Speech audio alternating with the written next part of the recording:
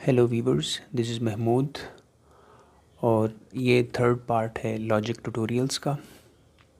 और आज के इस वीडियो में हम सेकंड ऑपरेटर डिस्कस करेंगे and that is conjunction. Right, so what is conjunction? Let P and Q be propositions. The conjunction of P and Q denoted by P cap Q, right, is the proposition P and Q. यानी आपके पास दो propositions हैं, एक P है और दूसरा Q है। तो इन दोनों प्रोपोजिशन का जो कंजंक्शन होगा वो बेसिकली इन दोनों का कम्बिनेशन होगा।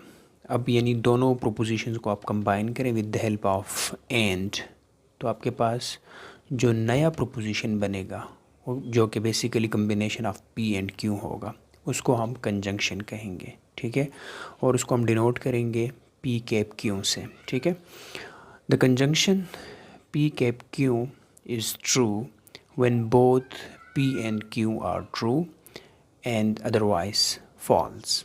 ठीक है, एग्जाम्पल के थ्रू इसको समझते हैं। एग्जाम्पल, लेट्स से यहाँ पे मैं एक प्रोपोजिशन ले रहा हूँ, लेट्स से उसको मैंने P कहा। P प्रोपोजिशन ये है कि let's say I like mathematics. ठीक, और दूसरा जो प्रोपोजिशन है वो लेट्स से Q है और वो हमारे पास है let's say I study mathematics. ठीक है, तो अब इन दोनों का जो कंजंक्शन होगा वो हम डिनोट करेंगे P कैप Q से, और वो क्या होगा, वो बेसिकली एक स्टेटमेंट होगी like this, I like mathematics and बीच में एंड आएगा, दूसरा फिर आपका Q प्रोपोजिशन आएगा, that is I study mathematics. ठीक है, तो ये जो आपके पास प्रोपोजिशन बनी है, this is called the conjunction of P and Q। Basically आपने दोनों प्रोपोजिशंस को कंबाइन किया with the help of and. ठीक है, दूसरा एग्जांपल अगर आप देखें, वो एग्जांपल है लेट्स से फर्स्ट प्रोपोजिशन आपका P है, P इसमें मैंने लिखा है लेट्स से कि 10 इज़ ग्रेटर देन 4, और दूसरा प्रोपोजिशन आपका Q है और वो है कि जी 3 is less than 5। So conjunction of P and Q को हम डिनोट करेंगे P कैप Q से, और ये हमारे पास एक ऐसी स्टेटमेंट होगी कि first proposition that is 10 is greater than 4 and दूसरा proposition which is Q 3 is less than 5।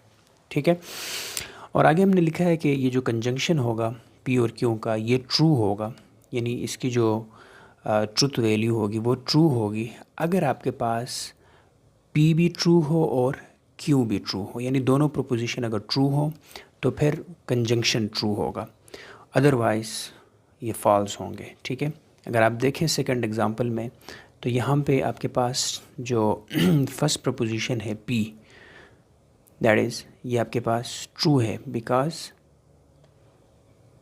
10 is greater than 4।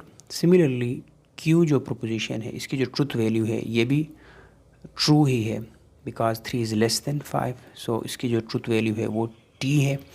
तो इसी तरह जो conjunction of P and Q होगा तो इसकी जो ट्रुथ वैल्यू होगी वो T होगी बिकॉज प्रपोजिशन P भी ट्रू है और प्रपोजिशन Q भी ट्रू है, दैट्स वाई इनका कंजंक्शन भी ट्रू होगा। ठीक है, अब आते हैं ट्रुथ टेबल की तरफ।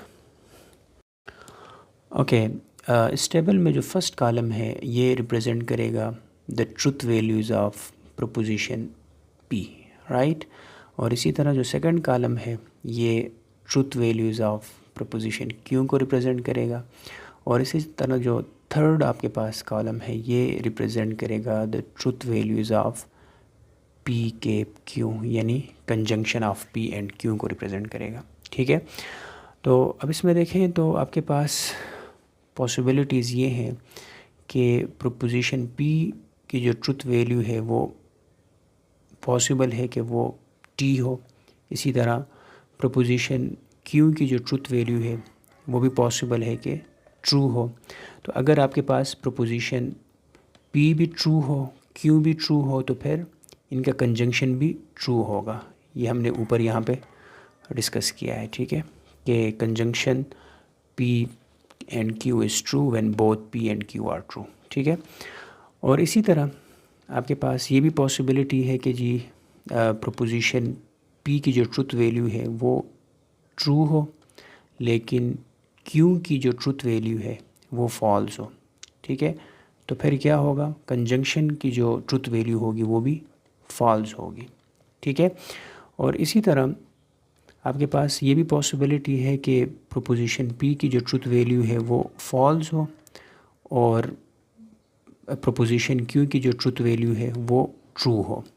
ठीक है, तो उस केस में फिर conjunction of P and Q की जो ट्रुथ वैल्यू होगी वो भी फॉल्स होगी। ठीक है, और लास्ट जो पॉसिबिलिटी है वो ये है कि प्रपोजिशन पी की जो ट्रुथ वैल्यू है वो अगर फॉल्स हो और प्रपोजिशन क्यू की जो ट्रुथ वैल्यू है वो भी फॉल्स हो, तो फिर कंजंक्शन की जो ट्रुथ वैल्यू होगी वो भी फॉल्स होगी। ठीक है, सिर्फ एक केस में conjunction of P and Q की ट्रुथ वैल्यू ट्रू होगी। वो केस कौन सा है, अगर आपके पास पी और क्यू की जो ट्रुथ वैल्यू है वो अगर ट्रू हो। ठीक है।